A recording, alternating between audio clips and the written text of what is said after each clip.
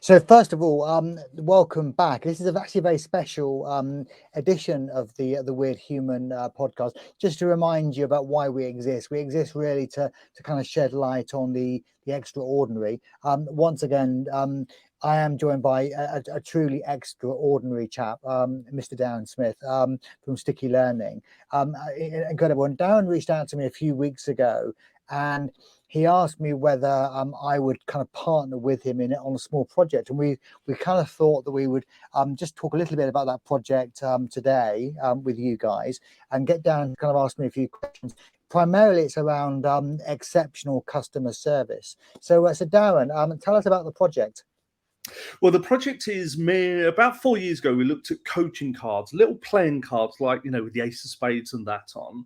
And we thought there'd be a great learning tool if we could turn them into 80 questions per topic. And this one's about customer service that would help a manager with a report to coach that person to be fabulous at customer service.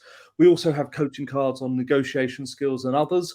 And each time we find an expert who rock and rolls on the topic, like you do on customer service, we ask you to write the questions, and then we put it online as a cheap resource and tool to use.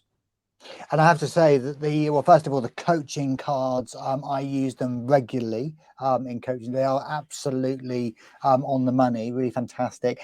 Slightly my kind of I suppose my imposter syndrome kind of gets in the way around sort of explaining how amazing the customer service cards are. But I do believe that the collaboration between Darren and myself around customer service particularly is absolutely excellent. So actually I'm going to just sort of kind of like switch the coin today. So Darren was going to ask me a few questions just around kind of customer service. I'll let you into a little secret. I don't really know the answers. I don't know what he's going to ask me, so I'm slightly apprehensive. But hey, I'll do my best to answer his questions. That's fabulous. Well, we all know, and the people watching, that you know your stuff. So I'm going to throw a few questions your way. Let's talk about customer service. We're going to do a shameless plug for 1 or 2% of the cards, but 80-90% of this is about helping people to be rock and roll at customer service. All right. It sounds like an absolute plan. I mean, it's always been a deep kind of like passion of mine, and I suppose I always, the way I like to start it, and if you don't mind, Darren, the reason it's been such a strong passion of mine is because I suppose I'm quite selfish really. And when I started learning about when I went to work as a very young man about 400 years ago, I suppose I kind of learned really quickly that if I gave people, I started my job as a waiter. Well, I started slightly more junior than the waiter. But as a waiter, though the few moments at the beginning of my career as a waiter were absolutely critical. And I always say that because, for me, I learned very quickly that if I gave people what they needed, and I understood what they needed, usually that translated into them giving me what I needed, which was a big tip. Yeah, it's simple. So that's kind of how I learned the art really of customer service. And the better I got at it, and it wasn't unusual for me. I mean, I think it's quite funny these days, and people would laugh at this, but I think my weekly salary was about £4 a week. Kind of gives my age away a little bit. But it wasn't unusual for me to be able to get £100, a day in tips. Right. Wow. So that back to my earlier point about being quite selfish. So I kind of learnt about mastering the art of service, and of course I kind of picked up on that a little bit from my father, because he was a major influence in my sort of like learnings there.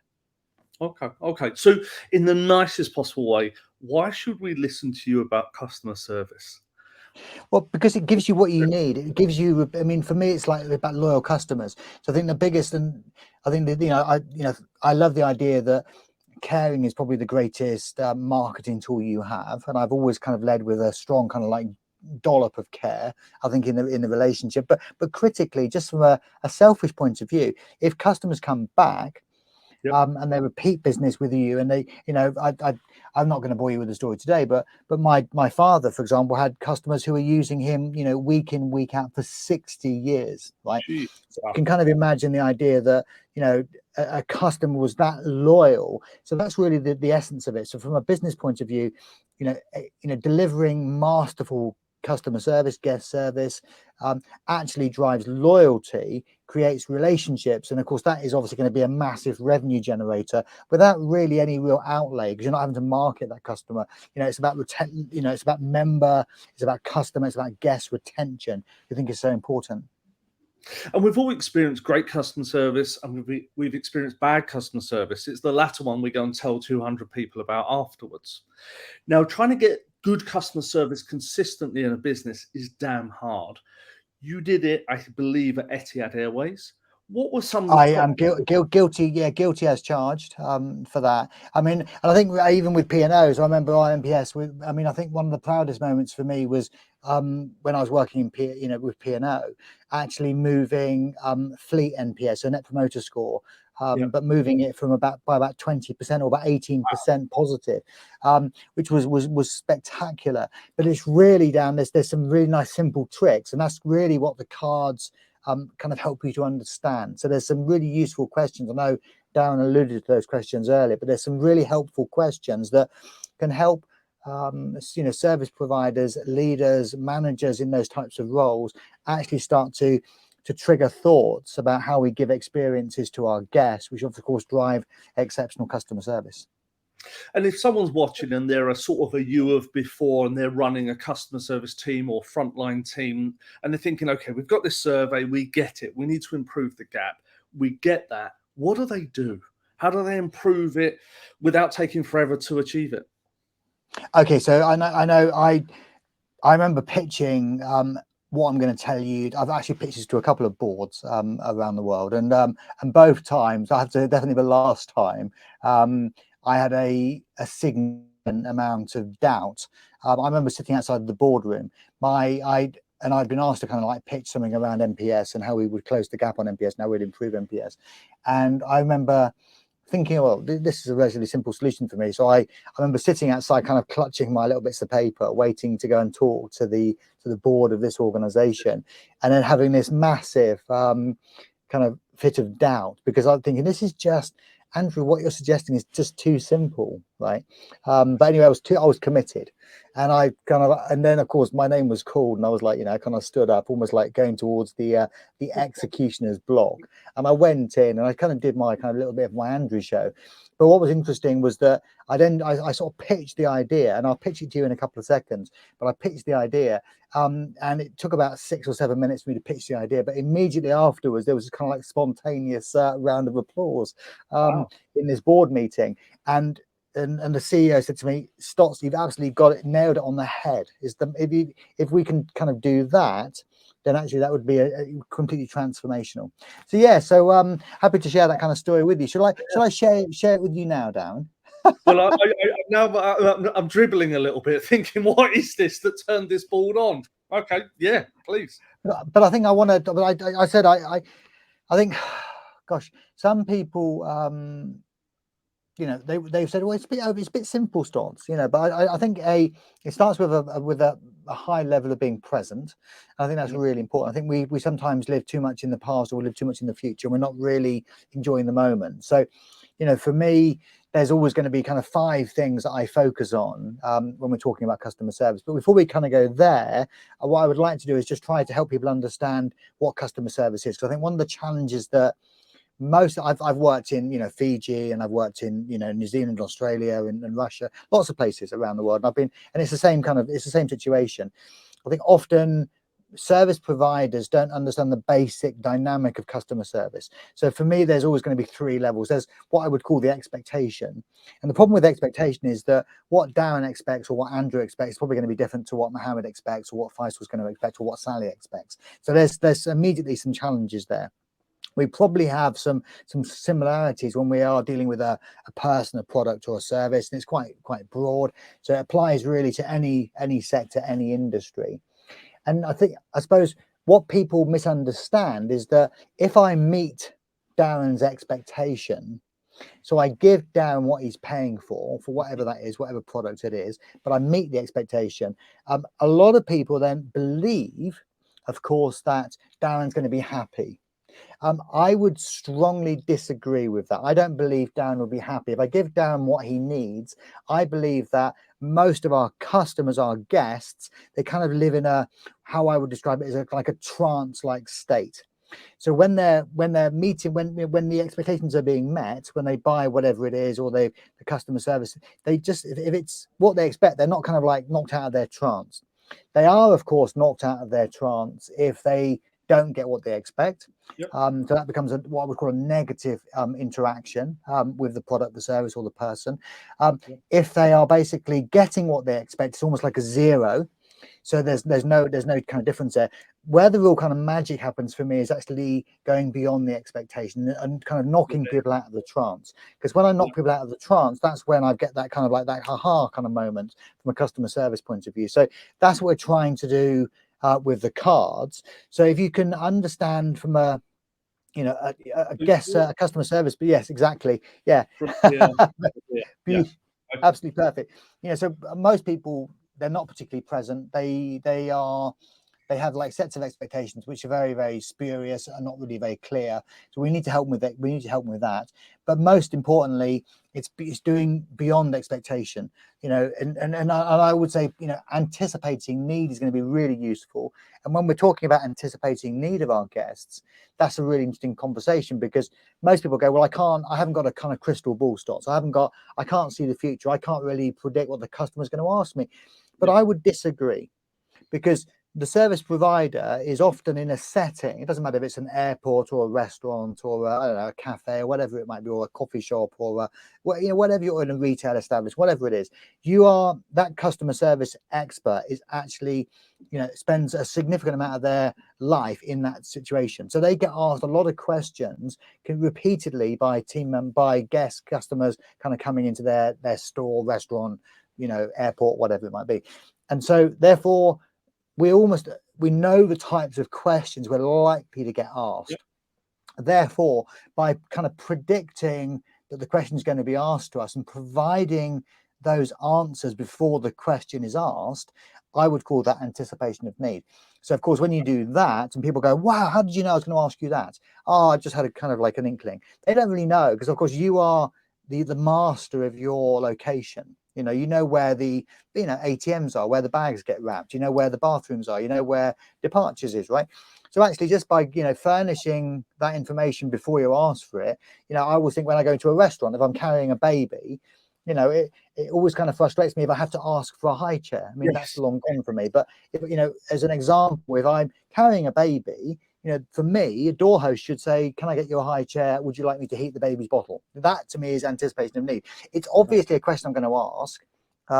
Would you need to know the nappy change, or the toilets, bathrooms, the changing rooms are over here, right? So that's anticipation of need. It's not really genius. And again, it's simple.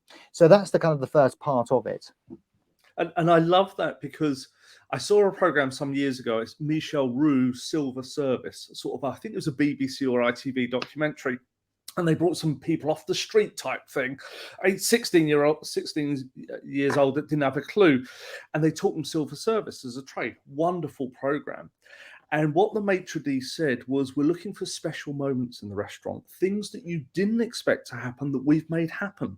Hold on, they brought out a birthday cake. How do you know it's my birthday? Well, when you booked, we asked you to sign up to the newsletter. It put your date on it. Da-da, here's your birthday cake. But it's anticipating the need. And then really, it comes down to, what I would say there's kind of 5 things. And then these cards then sort of like build out of those 5 kind of areas. And the idea is that effectively you would have like 80 days where you could ask a question, or 80 weeks, or, maybe over a year or whatever. And so you effectively, have a topic and you start a conversation that slowly builds on.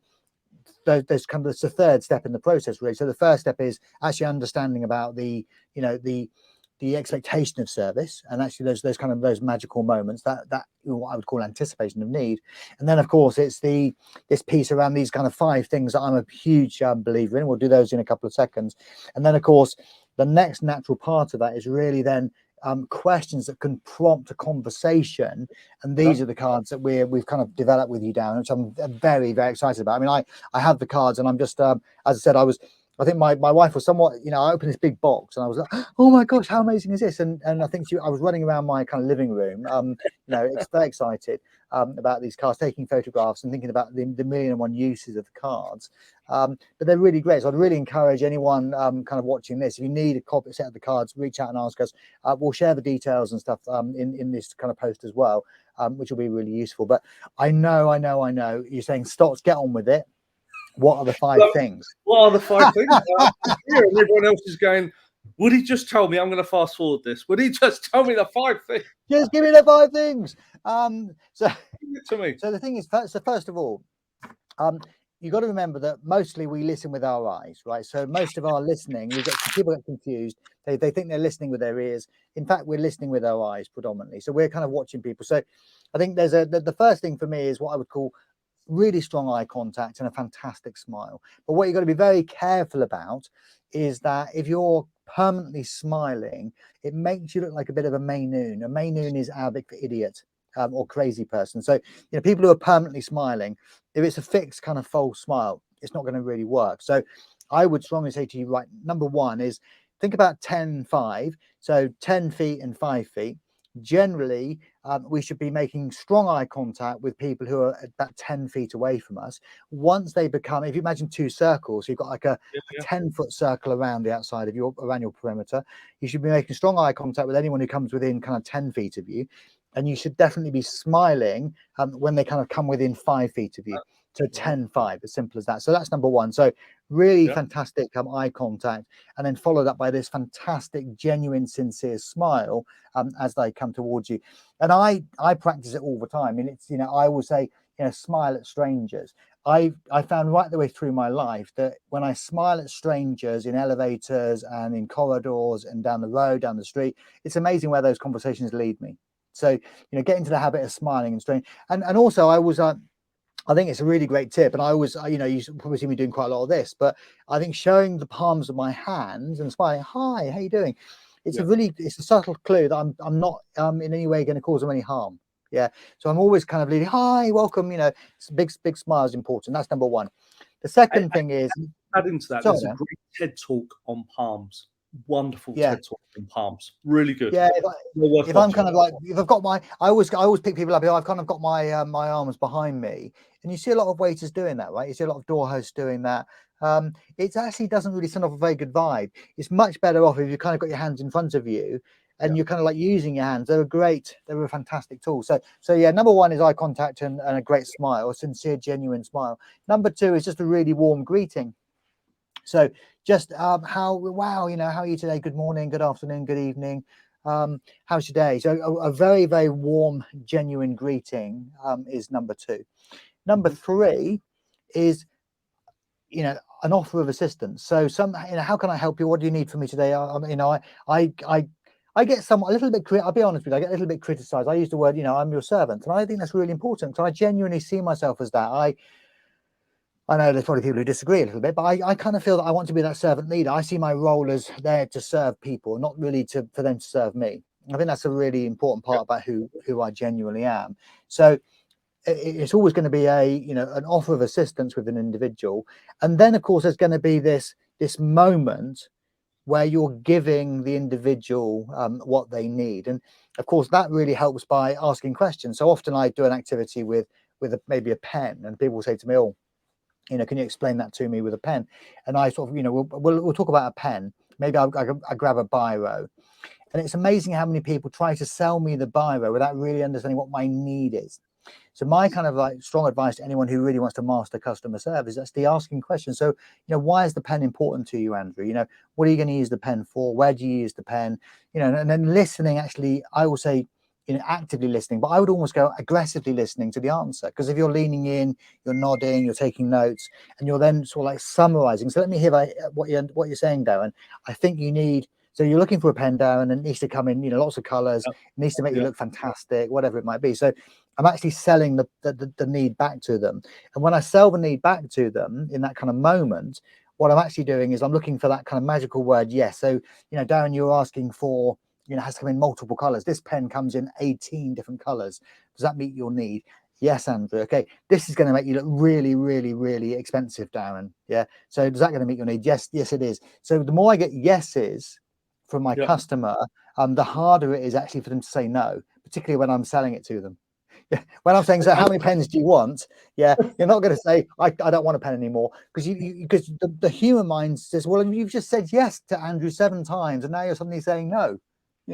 So And it's like Jordan Belfort on Wolf of Wall Street, isn't it? Don't sell me the pen. Ask me a question. Do you want a yeah. pen? What do you want? I love it. Love it. Yeah, And, brilliant, the, and, brilliant. the, and I always say to people, the mother of your question really is the person speaking. So try to, we often talk about matching and mirroring, but I think people don't often understand the concept of matching and mirroring specific words. So I'm really excited today, Darren. Why are you excited, Darren? Yeah. So actually, just because that immediately builds kind of rapport. So a quick recap. The first three. Number one is, eye contact and fantastic smile. Think about 10 foot for your eye contact. Think of that's why I love you. This is why we love you, Darren. So 10 foot for 10 foot for eye contact, 5 foot for a fantastic warm smile. Number three, definitely it's that obviously a warm greeting. Number two, and then on number three is really understanding what the customer needs from you so you can deliver it. Assuming you've done a great job, I think number four for me is really just is my the magic question. What else? So what else do you need? Because I think there's an opportunity there. I would say it's what else, and it's an introduction. And people say often, Stotts, why don't you introduce yourself at the beginning? I think it's overkill. So what I would strongly encourage you to do is at the what else point. So that's at point number 4. At the what else point, I would say, so for example, Darren, what else do you need? Yeah. And Darren says, I don't need anything else. That's fine. So I would say then, my name is Andrew. If you do need anything else while you're here, just come back and ask me. I'm here to help you. I'm your servant. Yeah. So I'm giving them permission. I worked for Moss Bros a long time ago. I probably never even admitted that. But it always used to frustrate I was only there for a very, very short period of my life. But so I never really worked at that time. I never really worked in retail. But I was the top salesperson week in, week out. Again, I'll tell you why I was the top salesperson. I couldn't afford not to be because I was getting commission for working for Moss Bros, right? But I just applied the same principle. So when anyone walked into my Moss Bros store, I was just a sales associate, but I would, eye contact and smile when they walked in. I would always give them a warm greeting. Let me know if my name's Andrew. If you need anything in the store, you need help with any of the merchandise, just come and ask me, right? They would say, no, I'm good, thank you. I'm just going to browse. Fantastic, off they'd go. But the thing that really kind of like won it, they'd get to the till, and we, when we were on the till, we'd say, did anyone help you today, Mr. Darren? And Darren would go, oh yeah, Andrew, he helped me, right? It was like fantastic, cha-ching, cha-ching, cha-ching, cha-ching, and people say, how do you do this, Stotts? And I say, gosh, guys, you see me do it every day. I'm not trying to keep it to myself. It's not like some secret, clandestine secret. Just do what I do. But it takes practice, and it's about being present, and it's consistent, right? So number one, eye contact and smile. Number two, warm greeting. Number three, offer of assistance. Number four, the what else with an introduction. So what else do you need, Darren? My name's Andrew. If you need anything else, just come and ask me. And then number five, I call it a fond farewell. So just offering them a fantastic afternoon, evening, good evening. Hey, it's been great talking to you, Darren. I look forward to speaking to you soon. Just a fond farewell at the end makes a difference. So those kind of 5 points. But then, yes, absolutely beautiful, Darren. Yeah, but then it's just and what we have done. So what Darren and I have done is, which I think is really clever. I'm saying it myself, so please, forgive me for that. But we've then sort of like broken those kind of like those 5 kind of key points into 80 questions. So those 80 questions, effectively, then you can use those questions to then generate a conversation. So when we're having a conversation, it's about the experience that we're sharing with each other. So yeah, as I said, we'll share the link. We'll share the cards with you. If you'd like to look at the cards, we'd love to kind of like, if you want some examples of the cards, please let me know. But we'll share the link, definitely. We'll show you some imagery around the cards. If you want to ask us questions around the cards, just reach out and ask us. And Andrew, could you just give us an idea of a couple of questions that are on the cards that are helping people with customer service? So each card has one question on it. What's a typical question we're asking people? to help them Well, grow? when was the last time you gave great customer service? When was the last time that you created a fantastic experience? When was the last time that someone said thank you to you? When was the last time that you did something for another person? Let's practice asking questions. So let's use so tell me what's important to you.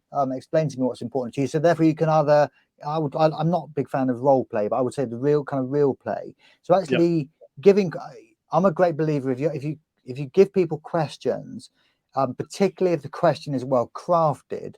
I sit in a lot of meetings, and often what I'm seeing is I see managers kind of leading conversations. When I mean leading a conversation, they are, they're perhaps sharing a piece of information, and then they kind of follow it up by, "Is that correct, Darren?" And then Darren goes, "Yes."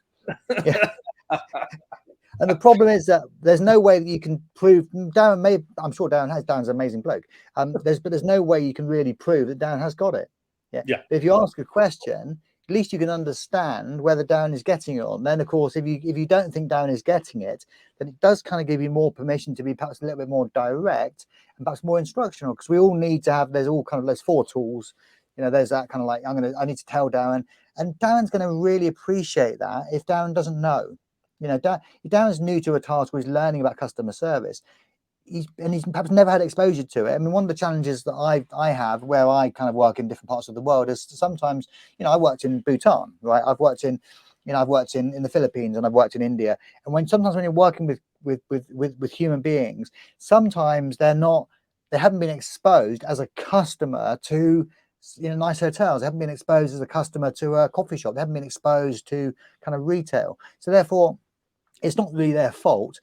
So they perhaps can't answer the questions, but actually by establishing they don't know something, at least it gives you then permission to actually, to be a bit more perhaps prescriptive and actually ask them some questions, not and just to direct them on perhaps how they might deal with it. And then as the conversation evolves, you might move into other questions just to test their understanding that they're kind of getting it. So what have we spoken about, Darren? Explain to me, what you're going to do next time. Let's talk about that situation. So just again, creating that conversation between your managers and your frontline sort of sales teams, or your baristas, or your kind of like receptionists, or your sales assistants, or your cabin crew, whoever they might be. That's really, really important. I'd like to get your take on 2 other things to do with customer service. One, I read a book some years ago by Alf Dunbar called Just Looking Thanks.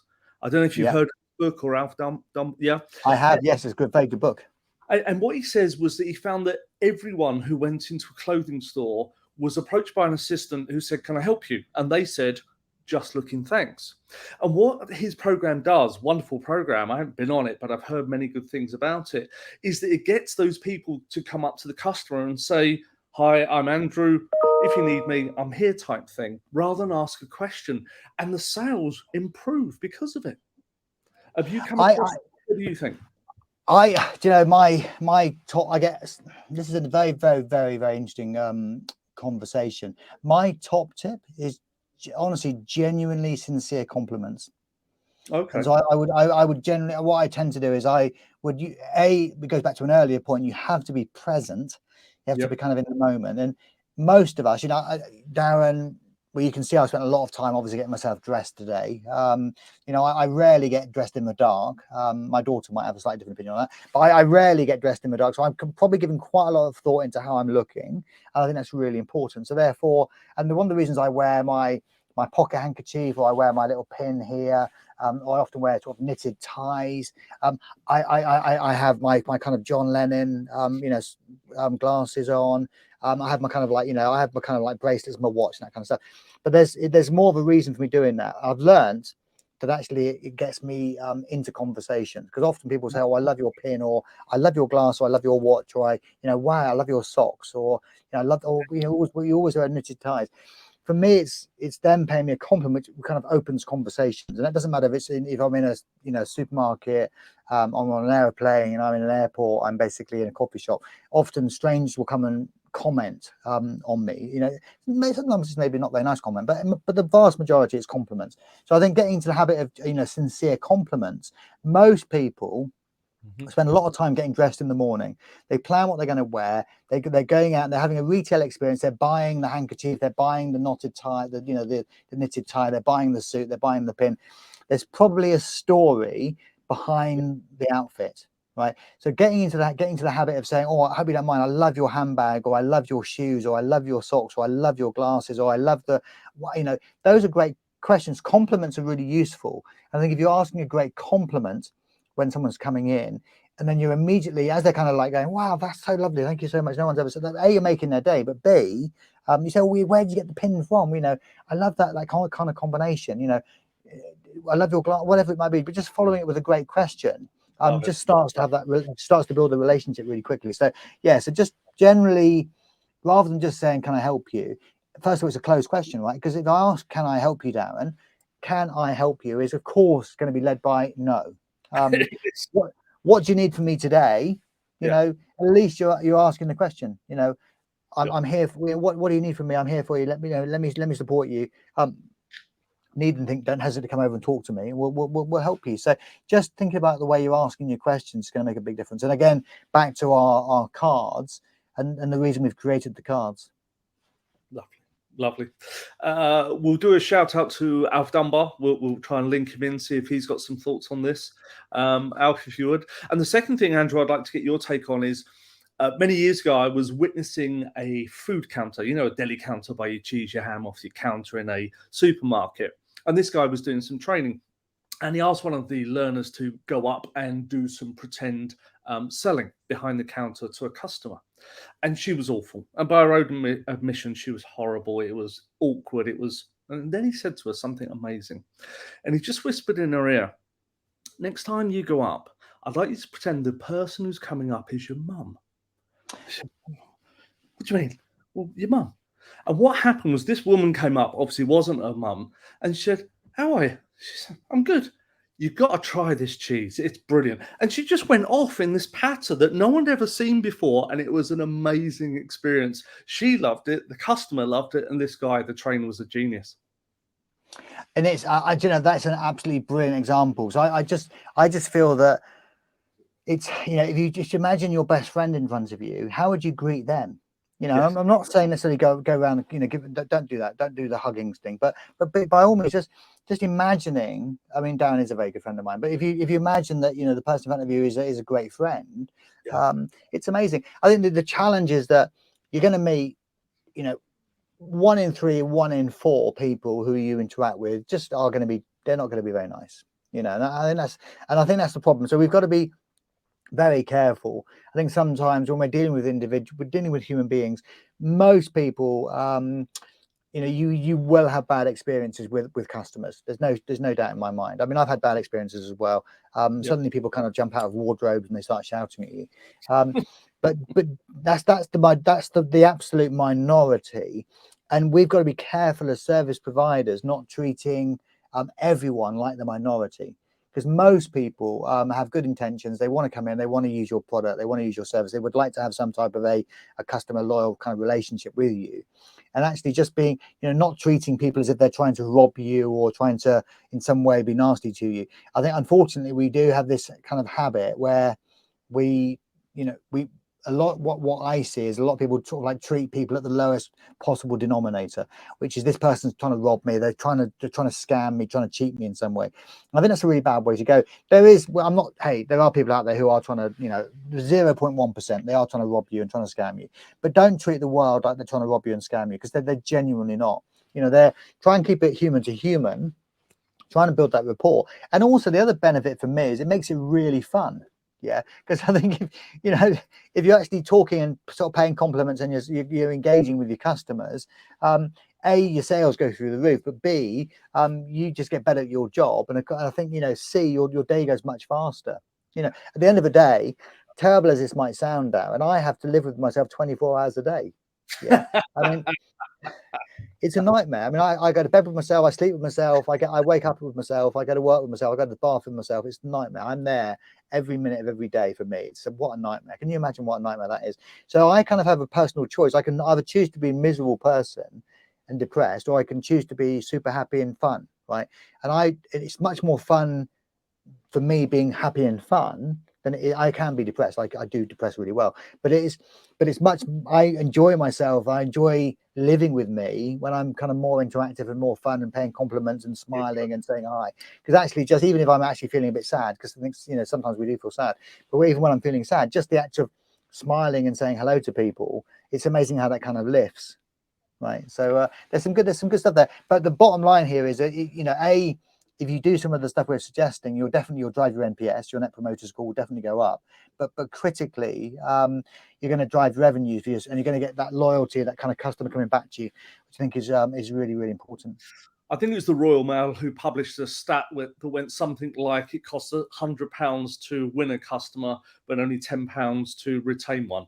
Some stat like that. And I think that's the same for every company in the world. It's much harder grabbing new customers than just keeping the ones you've got. Yeah, 100%, mate. I mean, it's as I said, it's just like I said, back to my story of my dad. You know, he had customers who had been using him every week for 60 years. I mean, that's staggering. Any business would snap his hand off. You know, so he doesn't have to have the most flashy premises. He doesn't have to have the most flashy modern equipment, but just the loyalty. So he's saving a fortune in stock, and he's saving a fortune in, you know, in rent and that kind of stuff. But he's focusing on loyalty and actually getting customers to come back, and it's that repeat business that you're looking for. So for everyone watching, Andrew has kindly created some wonderful customer service cards, 80 of them, 80 questions that will blow your mind if you want to be the very best version of yourself customer service-wise. Please use his cards. They're a great collaboration. They're not that expensive. They're about 20 quid, and we'll put a link on here. Andrew, thank you. Amazing, Dan. It's nice to spend time with you, guys. Genuinely, any questions for myself or for Dan about anything we're doing here, please just reach out and ask us. I'm absolutely your servant. It's superb. Speak soon, guys. Take care. Bye. Take care. Bye.